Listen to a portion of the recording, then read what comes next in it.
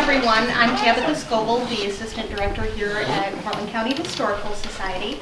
And I've got a few announcements before we get started. One of them is please silence your cell phones if you haven't done so already, because they invariably will go off. And if you didn't sign our logbook when you came in, it's right by the door on a podium. So as you leave, if you'd sign it, we just kind of keep track of how many folks visit us. And we have some events in September. One of them is something near and dear to my heart and Beth's as well. And it's a collaboration with the Cincinnatus Area Heritage Society. So I'm just going to read the blurb. Have you ever heard of the New England vampire panic that took place in the 19th century? No. If not, never fear. Award-winning author and folklorist Dr. Michael E. Bell will be on hand to present The Vampire's Grasp in New England at Heritage Hall in Cincinnatus on September 6th. His program will explore what is known about the more than 70 documented cases, including his search for more information on a case in Cayuga County. Now, the case in Cayuga County is something he is really interested in right now. He does not have a surname for the family, so he's going to do some research while he's here. And Beth has been helping me with that. We are very excited about that, and we've got tickets available. Sharon's here too. Oh, and Sharon too. Are you wanting tickets? I forgot to bring my ticket. Oh, I have plenty on hand. One other thing we have going on right now is our annual mom sale. It's something that we do every year to help fundraise for the society, and we do have order forms available. The delivery date on that is September 20th, I think. So you would pick them up here on September 20th, and there's a variety of sizes and prices. And then we have our fundraising dinner on September 19th. That is at Tonelli's. Tickets are $50 each. Half of that goes to support the society. The other half pays for your dinner. And without further ado, I'm going to introduce Beth MacRae, whose work I saw at the Kellogg Free Library in Cincinnatus. I thought it was so beautiful and so interesting that I had to contact Sharon and say, do you think that she would do a program? And she said yes.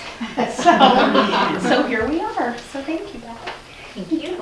I'm Beth MacRae, and I'm going to try to get through a little history here, because once I get through that, it's easy, but trying to remember history isn't always easy.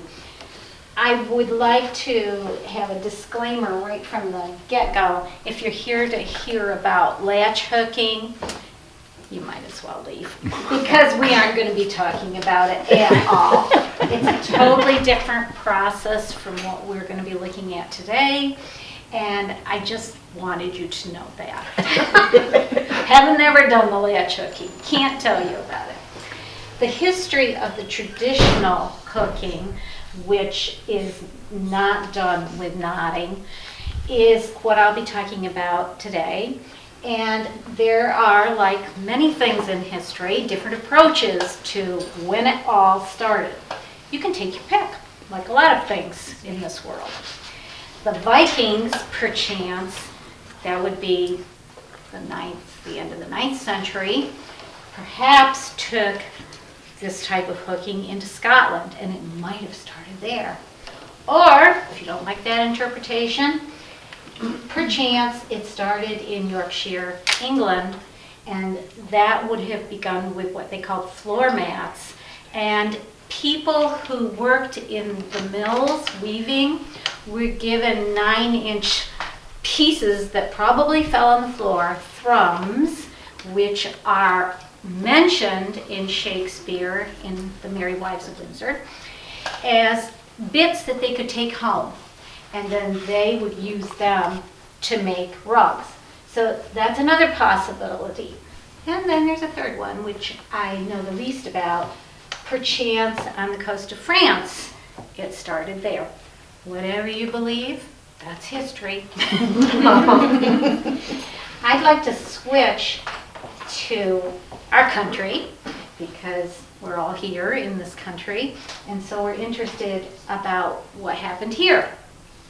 It is noted that it was found most prevalent on the eastern seaboard of New England, Newfoundland, the Canadian Maritimes, Labrador. All of them have different ways in which they were hooking but they were all occurring at about the same time. I'm simplifying, but I picked 1830 as a place to start because at that point, the very rich who didn't need to do hooking, and hooking, by the way, was never something you went to school to learn about. It was not like embroidery, it was not like painting for women. It was something you didn't want to talk about. It was common. But the rich could have their carpets made for them, and they were probably imported, some of them.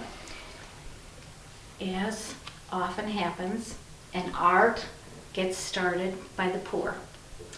And so I circle this because that's how it started in this country. The very poor, I would say early 1800s, were using anything and everything that they could pick up. Did they use yarn? Probably not, because it was saved for weaving. It was much too expensive.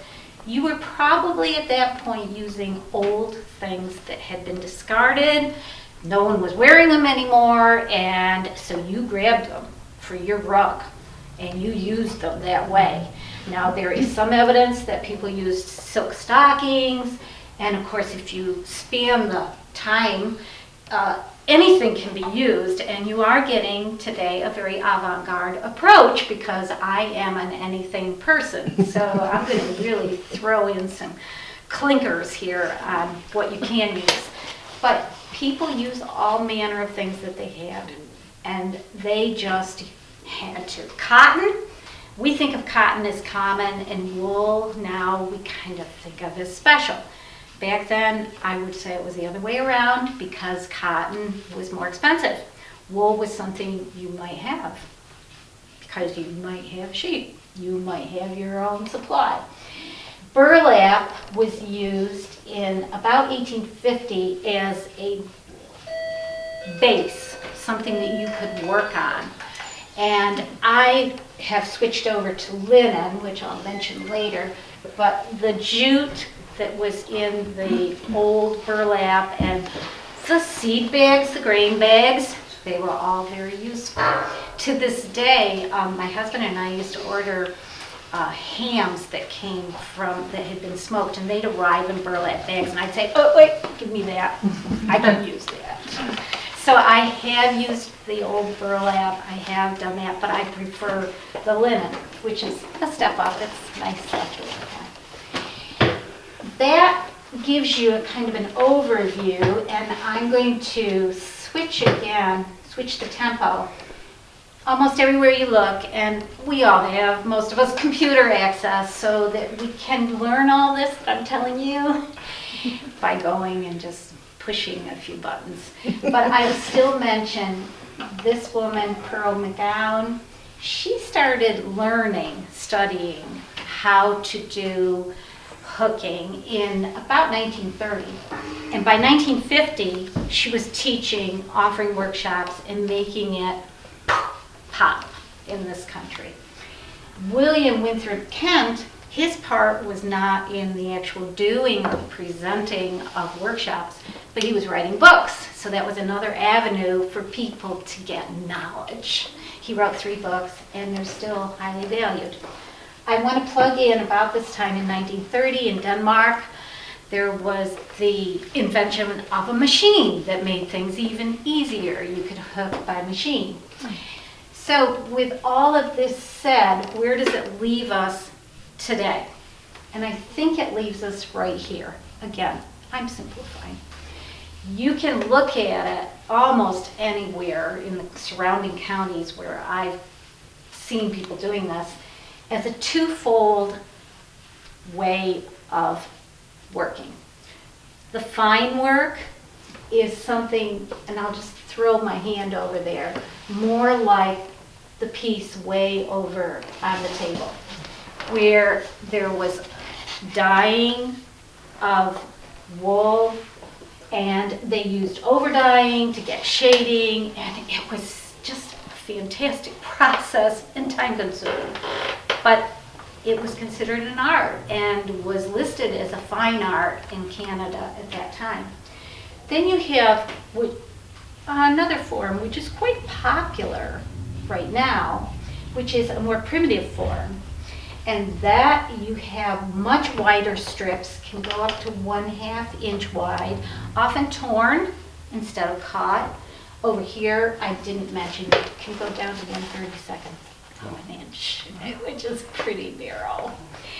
So these people over here, who are in the primitive section, they use not the dyeing as much as the textures, plaids, herringbones, all different kinds of wool to get the effect that they want. They might throw in some plastic bags. I mean, they're doing lots of things.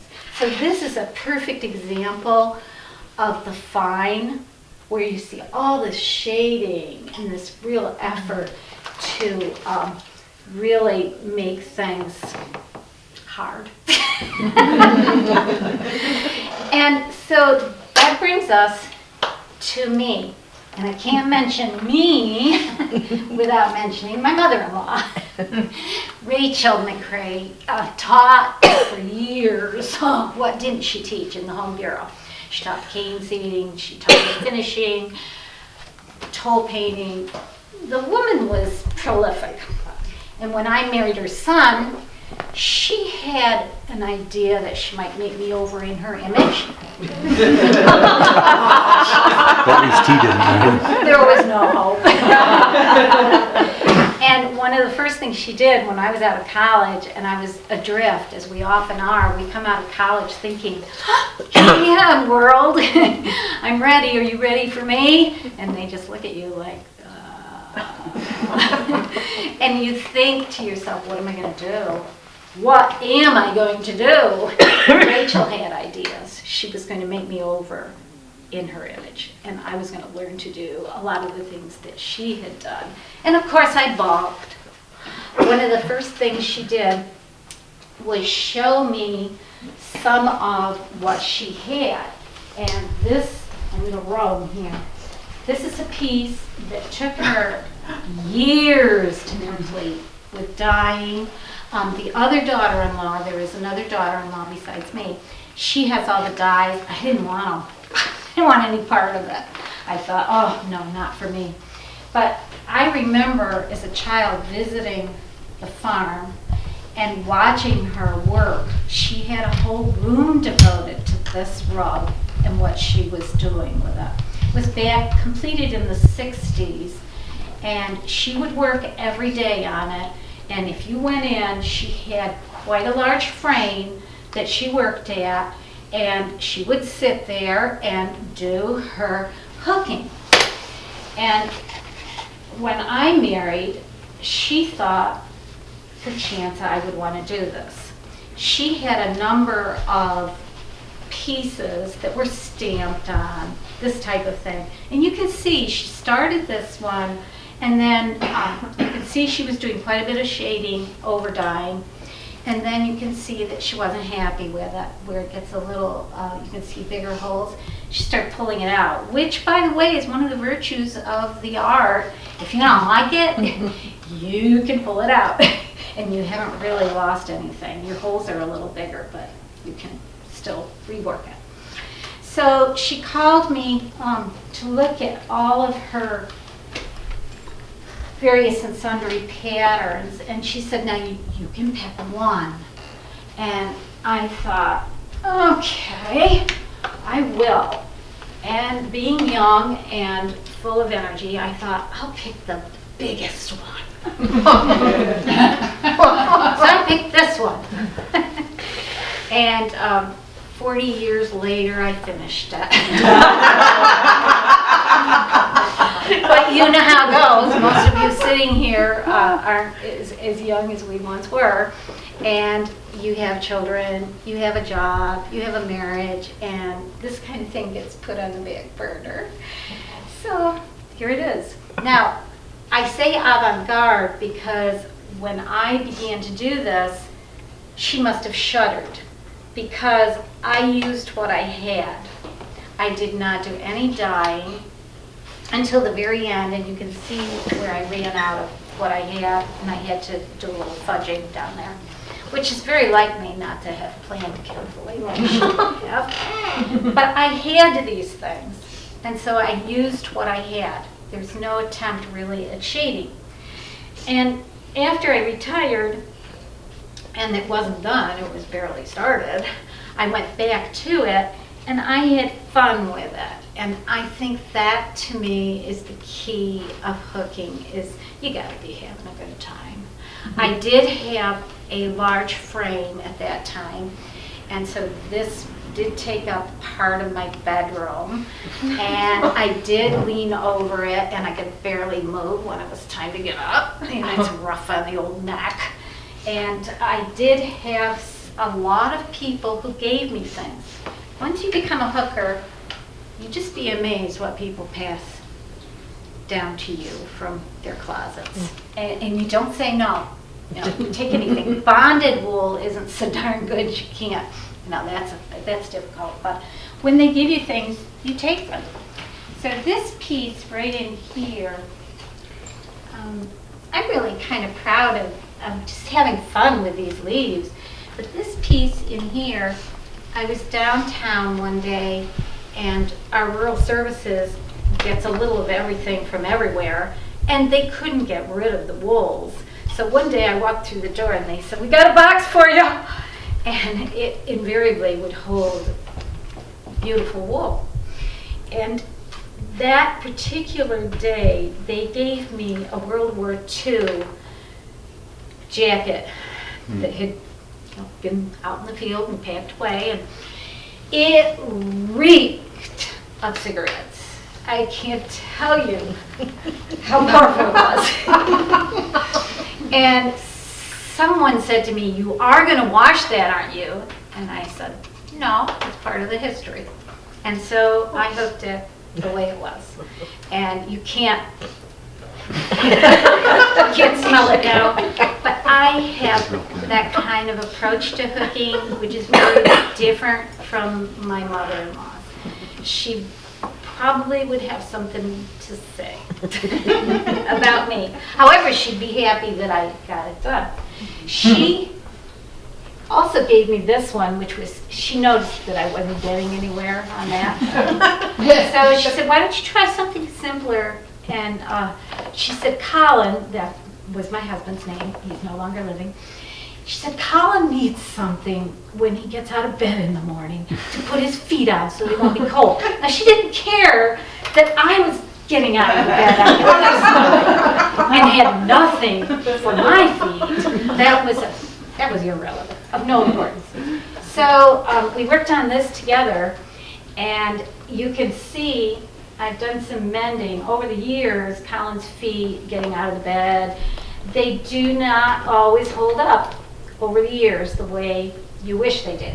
So you do anything and everything that you can to hold them together. And I don't know how many times I would work on this, and you can see my little futzing, little mending here and there. But Colin did have something to put his feet on. And we did finish it between the two of us. It was a labor of love for him. I will visit a little bit. I'm going to kind of jump around here. There's so much to share. Some of you will be interested. There are places, all you have to do is go online. There are people all over the country who will send you things. They're really psyched about what they're doing, and you can buy their wool. It's already been felted. It's soft, it works like a charm, but it's expensive. So you have to make up your mind, and in my life, it's a little bit of everything. If I see something that I adore and I feel like I just have to have it, I might spend a little money on it. But that being the case, I would combine it with things, old clothes. So this project was done, my daughter-in-law Sophie in the front row here, she will attest to the fact that when you get married, you get something old. And this is an example of our first son's marriage. And we had the old rose-carved chairs that were in the family. And you know how kids are, their bottoms go through the cane. Every time you think you've got it caned again, somebody's bottom, we'd say your pointed bottom went through the cane again. And you'd get so tired of recaning chairs. So when the first son got married, I said to Colin, who is still alive, I said, let's do something different. So he tapered, he made an oak, you can't really see it. I think if I hold it this way, yeah, you can see it. He made a piece of oak, which he tapered on all the edges so that it wouldn't cut into the burlap or the linen that I was using. And then I designed myself this fairly simple motif, which I did in many different colors. We had 6 chairs and each one was different. And I will admit, I did order a couple of those expensive wools because I got excited and they had a few colors that I had in my storehouse. So it was too tempting. So this was done as a gift, and they have the 6 chairs, and it was time consuming, but I think they appreciated it. So that is one thing that is very different. I don't know of anyone else who's done that crazy kind of work. Another thing that is simple that you can do is a pad for chairs. And you don't feel like you're living your life trying over the years to get something done. This is a very simple project, and in the bargain, I want to tell you about the lady I met out in Tennessee whose husband had gotten, well, probably coerced into making this. Instead of standing over one of those big frames, she got him to design this. And I think they're fairly common now. You can find them. But the gist of it is, you're going to sit on it in any chair you want. Cool. Oh my goodness, my life changed. And it's made so that, I should have loosened it a little bit, but it's on a ball so that you can basically turn it, pivot it. Your neck is not going to die anymore the way it was for all those years of working over a frame. So this became my Bible and inspiration to go on. And it works so easily when you get your, I'm going to farm here, when you get your piece of burlap or your linen, this happens to be linen, you are going to just press it. I think these are used in car manufacture. We should have your husband John tell us more about this. There's a name for this stuff. And you do have to clean it periodically because it gets filled with wool. But there's no more of the old-fashioned, sorry, I have to reach again. This is a small version of what we were up against before.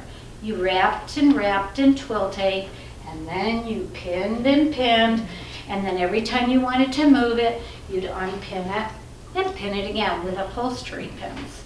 So again, a big change for me, a huge change, and a happy change. I mean, I started doing more and more work when I could sit in a comfy chair and turn this every which way, and my neck didn't suffer for it.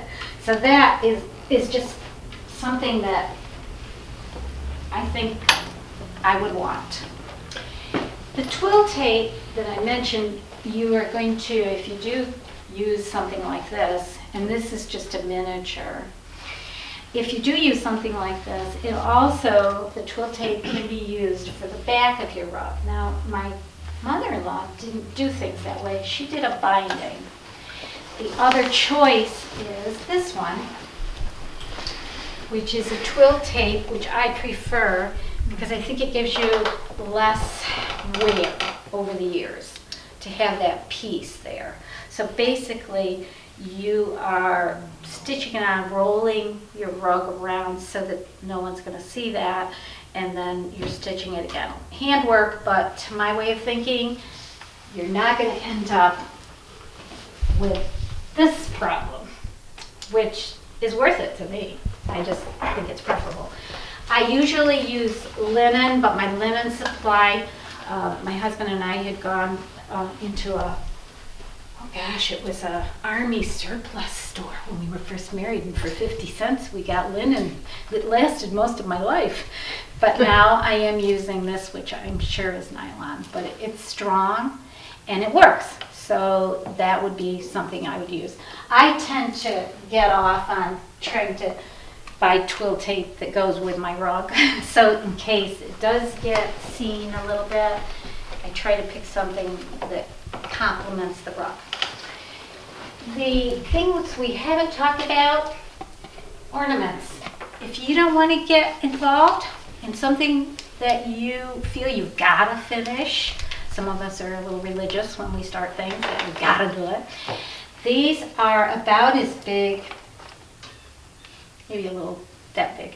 They're just the face of a Christmas stocking, and you can do anything you want. It's a little thing that you can put on your frame, and you can have it done in probably an evening or two, and you can make them any way you want and give them as presents. That's fun, that's easy, and you haven't willed your life away. This was something that was requested. I had a friend who thought she wanted to be a hooker, and she said, if you'll draw it, then I'll do it. And so I drew it, and I got her set up, and she hated her. I can't tell you how awful she felt about what she was doing. I said, give it to me. I'll finish it for you for Christmas. And we framed it, and it matched the colors in the room that she wanted, and she's happy now. So if hooking's not making you happy, no, stop. Don't do it. The other things, I think I mentioned this one, but this one was completely done off the cuff, no planning, just fun, just doodling. And doodling is fun because you just don't feel like that you're following everybody else's patterns. And some people are comfortable with that, some people aren't. To me, it's just a release. It's a creative urge that gets satisfied. So this was fun. I use old fabric. This happened to be, got stained. I'll cover that up. A little piece of linen that I had from a garment, and it just provides a backing so that when you're seated, if somebody turns it over, it looks nice. That's what that's about. The fabrics themselves, I brought a few things that, this is, again, anything. This was a garment. People give you things, and you just tear it apart. Actually, you can save your buttons. I have hordes of buttons saved from people's garments, and you'll use it for something else. This one, I believe, was a garment. Yep, there's the C. That's actually the selvage. But that was, I think, a skirt. And again, the effect that you get, and you are welcome to try these out. I'm going to leave this right up here so you can. Cutting. Here it is, so we'll talk about it. Cutting. My mother-in-law would have used a cutter, and she would have fed the fabric in, and it would have come out with a series of strips that she would have used. I'm just not put together for that. I love to cut by hand. You're looking at someone who loved her paper dolls and didn't mind cutting all day long. So I cut everything by hand, and I vary the width depending on the wool. If it's a heavyweight wool, you're going to play with it, you're going to actually try it, and you're going to say, okay, that's not quite what I want, so I'm going to narrow that up. And this actually is that. So you can see how that turned out. Here it is. Oh, no, I thought I had a larger piece of it, which I must have used it up. But you can see how it changes when it's hooked. And it's always a surprise when you hook it to find out what you end up with. It's part of the fun is seeing what you get when you try things. This piece I spent a little money on, but it was just so much fun because the person who had dyed it, over-dyed it, had created such a medley of colors that I couldn't turn it down, and it was perfect for the center of one of those cheer flowers. So I bought it. And you do pay for it, but in some cases, I didn't show you this one.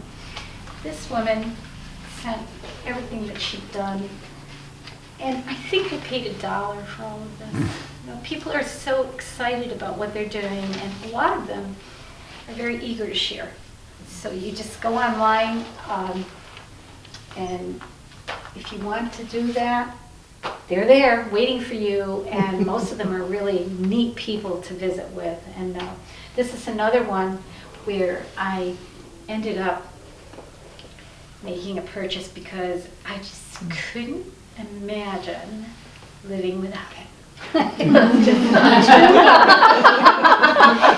most of this down here, pieces left over because I like to cut, and I will just sit and cut when we're having conversations around the table. It's like picking up your knitting, and it doesn't bother me. You do need nice scissors. You need to have a pair that's sharp and keep them sharp. And everybody has their own favorite scissors. You know that no one gets to touch them except you. Maybe when you have kids, they're always picking them up. Well, why not? Because it's only for, and you don't let them touch them. The one pair of scissors that I didn't bring is the bent pair. And when you're done, I should do this one. When you're done, you have little fuzzies sometimes, so it's really handy to be able to take your scissor, which is bent, and go right along and just kind of clip those off. It's kind of a neatness thing. Like after you cane a chair, you don't want those little pieces of cane hanging down. You don't want those little hairs. And the same thing with this. You don't want something sticking up. I have heard people who studied under my mother-in-law, so to speak, say that she had definite ideas. I know she had definite ideas. This was her favorite hook.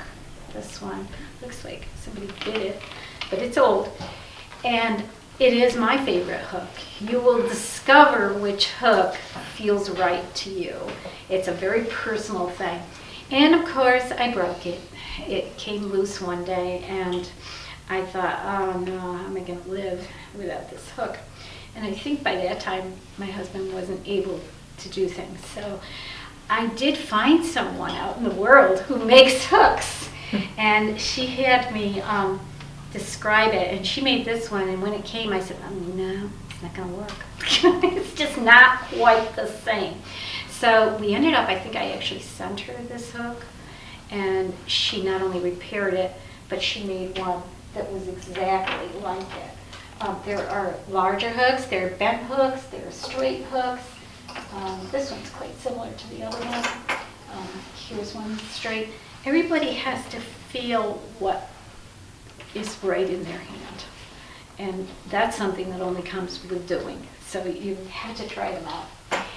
The actual hooking, my mother-in-law, I've been told, I probably was told and didn't listen, but I think one of her proteges said that she said, go just so far. In other words, get a piece of wool that goes down in each hole and do 5 of them that are adjacent to each other.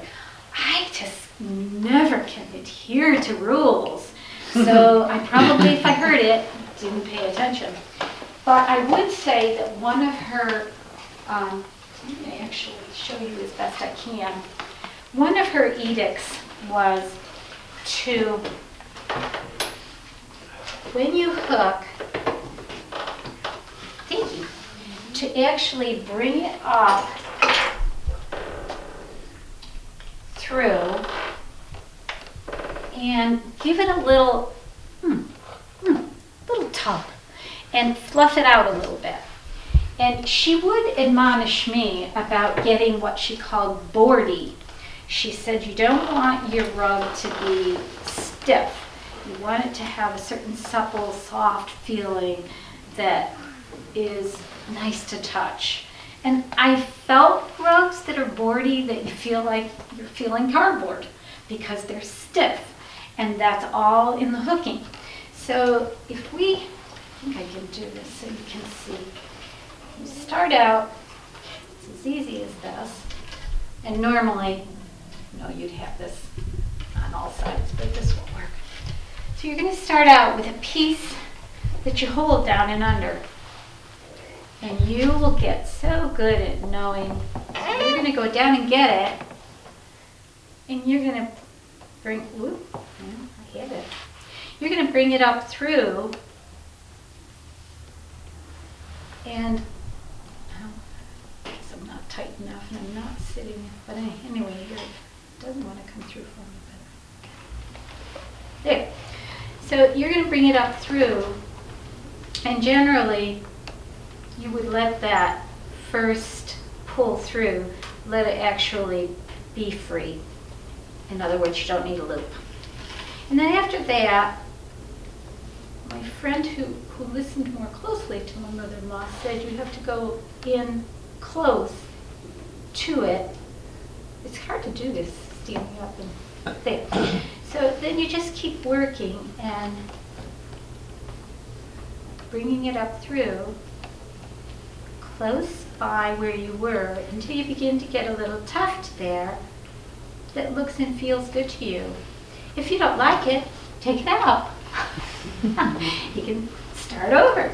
You haven't lost much. And some of you probably have made braided rugs. That's a totally different investment of your wool. When you're doing braided rugs, you're using an incredible amount of wool. And you feel like, where did it all go? And for me to even make a round on when my rug gets big, I need a lot of that wool of one color, or at least something that is in keeping with the color that you are using. But with this, you don't have to go through that onerous, well, great. I'm not doing too good on the display. Well, no wonder it's not my favorite. No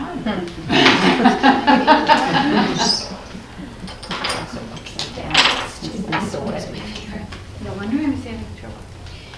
So you can pull it out, you haven't invested a lot, and you get a feel for it as you go along.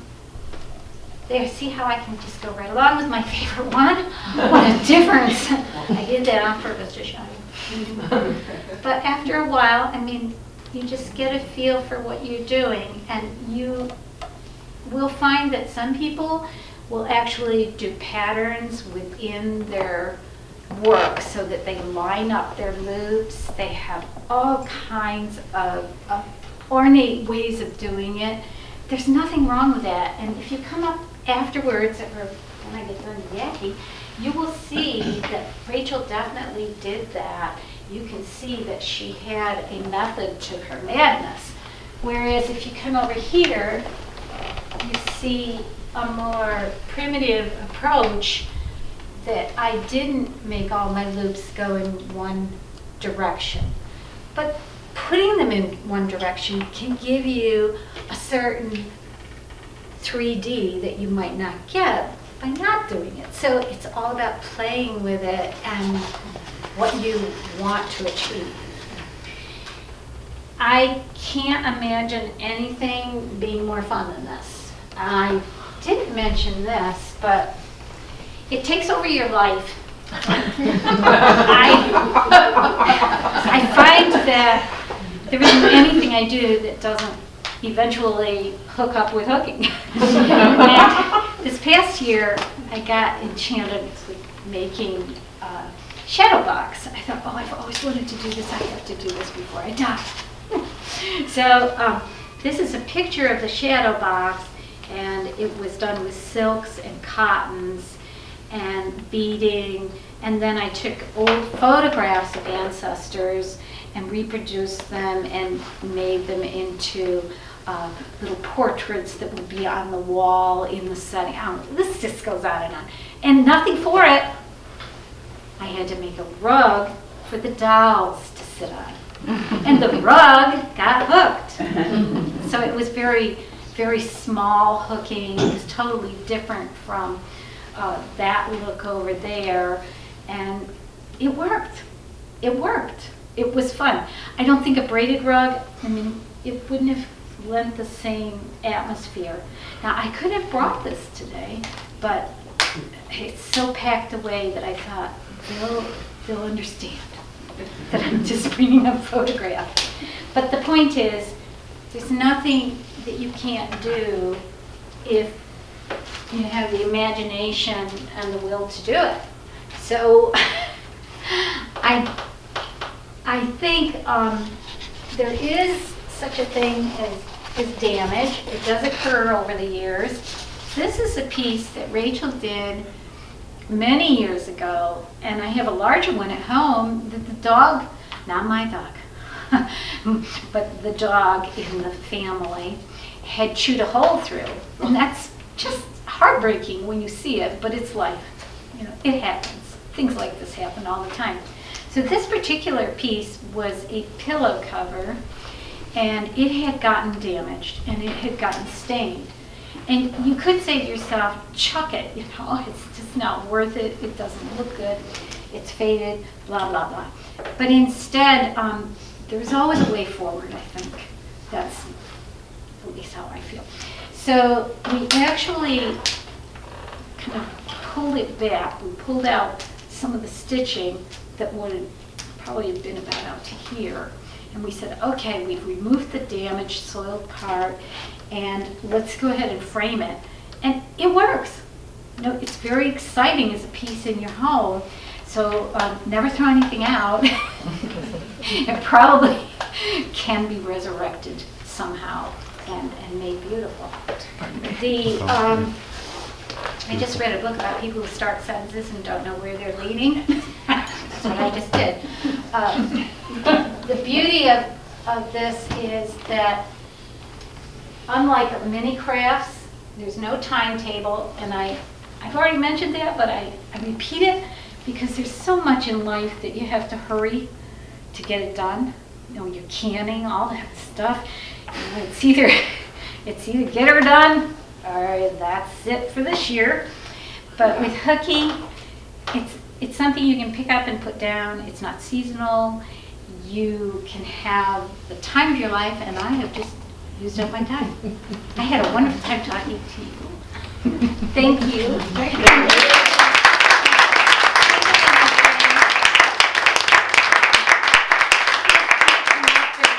your hand under here and give it a try. This is my favorite, but I brought a lot of them that work. Beth, I have a question. Yeah. How do you clean these things, especially if it's a floor rug? Sparingly. You try to, I put a lot of them, I'll be honest. This one, she worked so many years on this that I hang it on the wall. Nobody's ever walked on it. No. Well, they did briefly when we were first married, and I was cavalier and I didn't really have the proper respect that a young girl should. And I thought, oh, we'll use it. And then I thought, that's not a good idea. And it wasn't long before we both agreed it needed to go on the wall. So there it's been. And when I took it down to bring to you, my son, Sophie's husband, came and he said, I haven't seen that wall in 30 years. You're right, you haven't. It's been there for 30 years. But cleaning it, you know, a lot of us have pets. Cats, you know what they do. Cats get sick when they get older, and you just treat it as carefully as you can, like you would something that's wool, like your wool sweater. You know, you do the best you can. And if worse comes to worse, you put something over it. I mean, there's a chair hiding that spot so that no one sees it. And a man on a fast horse won't. So enjoy it. This is an example of one that she did. I have this in the doll room. I could come back and do a talk on dolls, Antique dolls are my thing. But you can see this got soil. This was a sweet little piece that Rachel did, and when we dismantled her home, which was painful because she was a collector, this was one of the pieces I nabbed, and I thought, I'll just put it someplace and put something on it. And I do, and no one is the wiser for it. They have no idea that there's that. So cleaning is problematic. I don't have any easy answers for it. It's the way you treat something that's wool. Carefully, hoping for the best. Anything else that, yeah? I'm curious about the cutting. Without having that The cutter. fancy thing, how do you do it and keep it even? And You're going to look at your grain lines. I mean, that's important. You aren't going to just willy-nilly cut. You certainly aren't going to go on the bottom. You're not going to do any of that because that's going to come apart when you're trying to, if your fibers aren't lined up, it's going to make for a weak strand. Okay. So you're basically going by, sometimes you can start near selvage and that'll guide you, and then you just keep going and you keep cutting. And if you go off a little, usually it doesn't owe you anything. Yeah. So you don't feel bad if you have to cut a new line, and it works well. These pieces, there's nothing to go on, but you can start with a selvage line and go that's from felted. there. Yeah. This is felted. Yeah. So it really holds together when Yeah. you're cutting. And each piece is different. But I would say experiment, have fun. Start with something, I can say this now because I'm old. Start with something small. So 2 additional things about the cutting. 1, what's your favorite, do you have a favorite brand? And 2, who... Of scissor? Yeah. I try everything. Scissors, my mother gave me, when I was first married, she saved my life. I thought I was going to die. She gave me a featherweight sewing machine. That saved my life. And a dog. That saved my life. But she also gave me a Singer dressmaker's shears, which I have to this day, and I still love them. I still love them. They were early Singer dressmaker's shears. These, I think that some are more respected than others, and you just have to try them. So now, who in the area sharpens? Oh, nobody. Sorry. Colin, my husband, used to sharpen for me, and he'd say to me, he'd bring them back upstairs from his shop, and he'd say, "Try that, girlie." I don't know. They'd be great. He was just great. He was very good. It is hard. They have the little hand ones, and I use them. Okay. In desperation, I would turn to Devin because he's as good as his dad, but he's not always around, but now they are. So I will probably turn to Devin because they're good at what they do. They are careful, but sharpening isn't. I wouldn't be surprised if you could find an Amish guy that sharpens It's stuff. probably a good idea. I'll bet if I asked Tino Farrell, he'd sharpen scissors too. Yeah, they You're used to saying do you them. can't make. Yep, they used to, you bring them in and they do them at Joanne's. I was just going to say, occasionally they do announce that they have Are they some still doing it? sharpeners. Because they told me they weren't. No, not anymore? Yeah, Okay. they told me, I was desperate. Actually, I'd gotten a new pair and they were binding. And I thought, what the, how can I have spent? And I called them and they said, do you stand behind, your shears because they're binding and I can't use them and they aren't working properly. And they referred me to the company. They didn't want to touch them. So I called the company. I never stop when I'm on a mission. Called the company and they said, well, could you take a picture and give us the number and how is a picture going to show that they're binding? I don't know, but I did it. And they ended up sending me a new pair. Well, when the new pair came, I thought, I'm going downstairs and play with the old pair now because what have I got to lose? And I fixed them myself in the shop. But it is hard to find people who are good at that. I don't know. Thank you. The Gerber and there's all different kinds of. It's how they feel in your hand, I think, for cutting.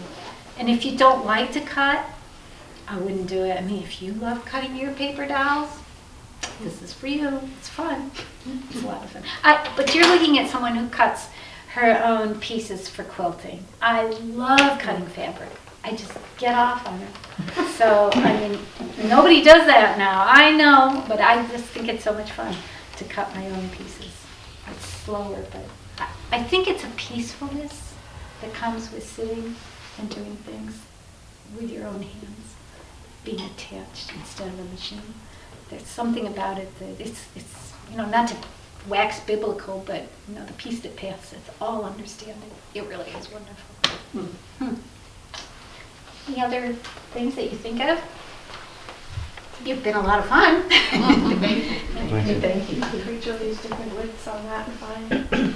This one? All really Well, I think it was pretty much the same. It looks to be. I mean, I was a child when she was working on it. I would have been, if she finished in 62, Wow. I would have been 10 when she finished. So as she was working on it, I would have been younger. And probably I just gave it a passing glance. I was invited to the farm. And very soon thereafter, I mean, through the visits, I decided I would marry her son. I was thinking about that. But I would say so, all the same. But she was a purist. I am not.